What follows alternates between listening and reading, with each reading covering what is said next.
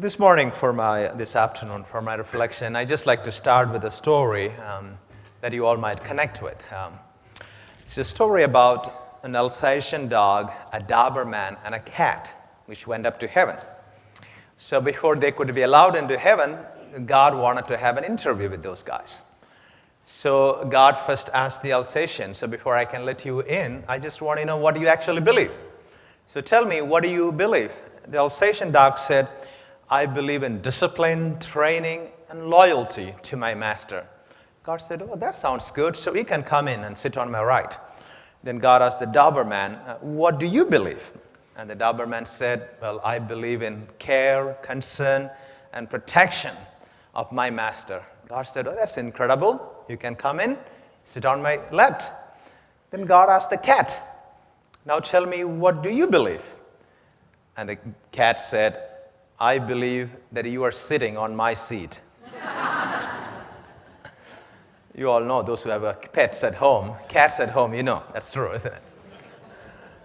This is also very much true of a particular mindset or mentality that is kind of pretty much prevalent in many cultures and probably in society in which we live.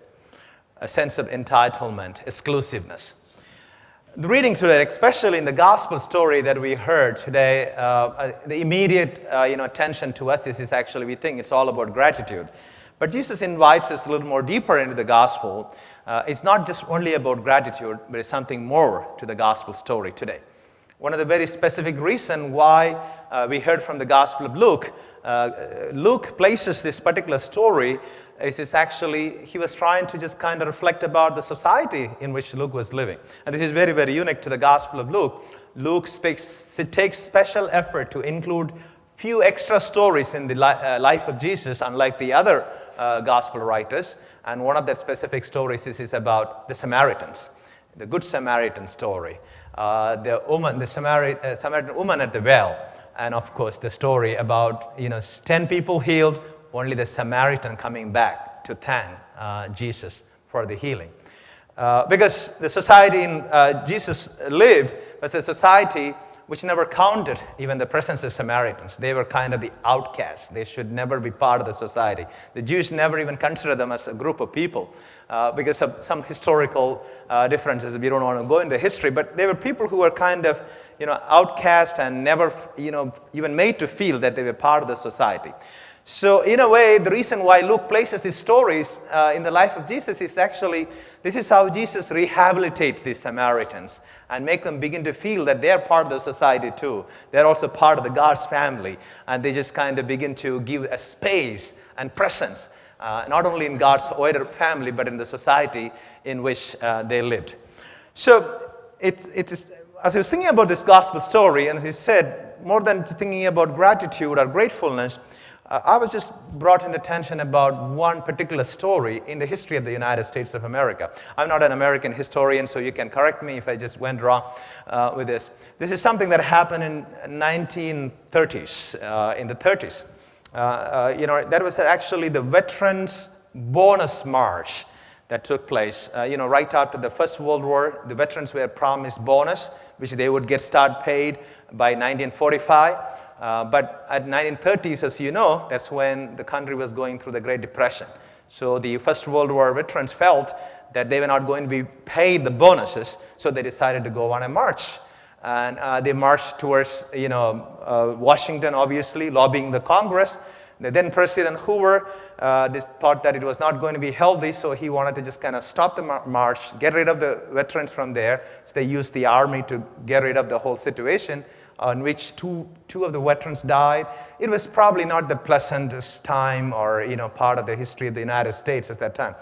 But one of the interesting things that happened at that time is actually for the first time, which otherwise, there was two group of people who were never even allowed to work together. They couldn't conceive two group of people even working, like the blacks and the whites. They were together for the march for the first time. In a way, there was something that was common about them, which otherwise would never have brought them together in that particular situation, and they began to engage with each other. One of the things that I love about this country is actually the varieties and the number of options for the malls that you have, the shopping malls. You can, one of the things that when I want to unwind myself, that's what I try to do. I just try to go into a mall. You can end up spend a whole day in a mall and feel entertained. At the same time, you don't really have to engage with one single individual. You can walk around, go to shop by shop, you can buy things, you can get to know information about the things, because everything is tagged, price is tagged, the information is tagged. Even when you want to check out, you don't have to go to a cashier, you have self-checkouts. You don't really have to engage in that. This is a culture, I call it a mall culture, something that just began to creep into our society, in our families, in our own individual life. Even sometimes we begin to feel more comfortable with something called a mall culture. The engagement becomes very, very difficult for us. We don't like that. We just kind of tend to kind of preserve the peace of mind by just kind of being by ourselves. I can entertain myself. I can be entertained even without the presence of someone else.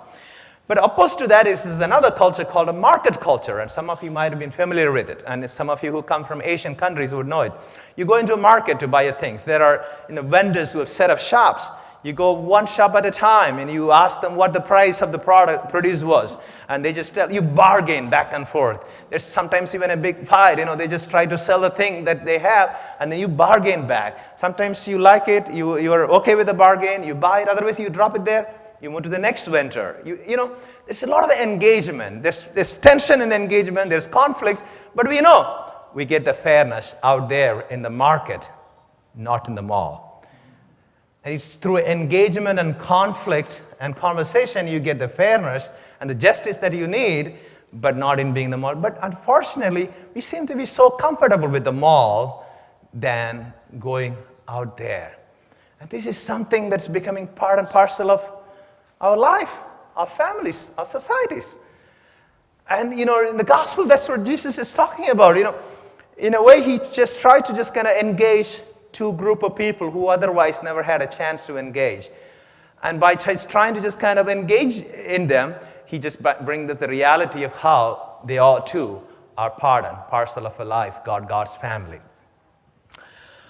I know, engagement can be challenging because we don't actually want to face those challenges. Sometimes it can be very, very fearful.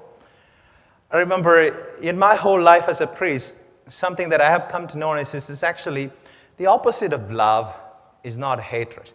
The opposite of love is fear. The fear of what it could be. So in a profound way, Jesus invites us, what are we afraid of today that stops us from engaging with someone, or engaging with some issues, engaging with something in your own family, in your personal lives. I think Jesus profoundly not only challenges us, also gives us a courage to, it's an engagement. You have a solution. The other day I was talking with one of the priests who I kind of occasionally ask for spiritual direction, and we were talking about some of the issues that really, separates us, challenges us to our core to be engaged. And he gave me a crucifix. And he gave me a crucifix and said, I'm a passionist priest, I'm a religious. We are supposed to meditate on the passion of Jesus all the time. And for the first time, when he saw me a crucifix and I said, Giltus, can you look at this crucifix and say what it tries to say, what it symbolizes? The crucifix is a sign of our hope. And for the first time, I saw a different dimension of the crucifix. Looking at the crucifix, he said, do you see something that the crucifix talks to you at this moment? And I realized at that moment, by seeing the crucifix, Jesus is not trying to say that he's here to straighten everything, but he's actually holding that conflict, the paradox, the difference together. It's a profound symbol if you looked at it. It's not Jesus trying to straighten up everything, but he holds together the tension and conflicts. And that's a symbol that we believe. That's a symbol that we see as a sign of our hope. And today, once again, we reflect on this gospel. Which part of my life I find it hard to engage? Or which person in my life I find it hard to engage? Or which issue at this moment that I find it hard to engage?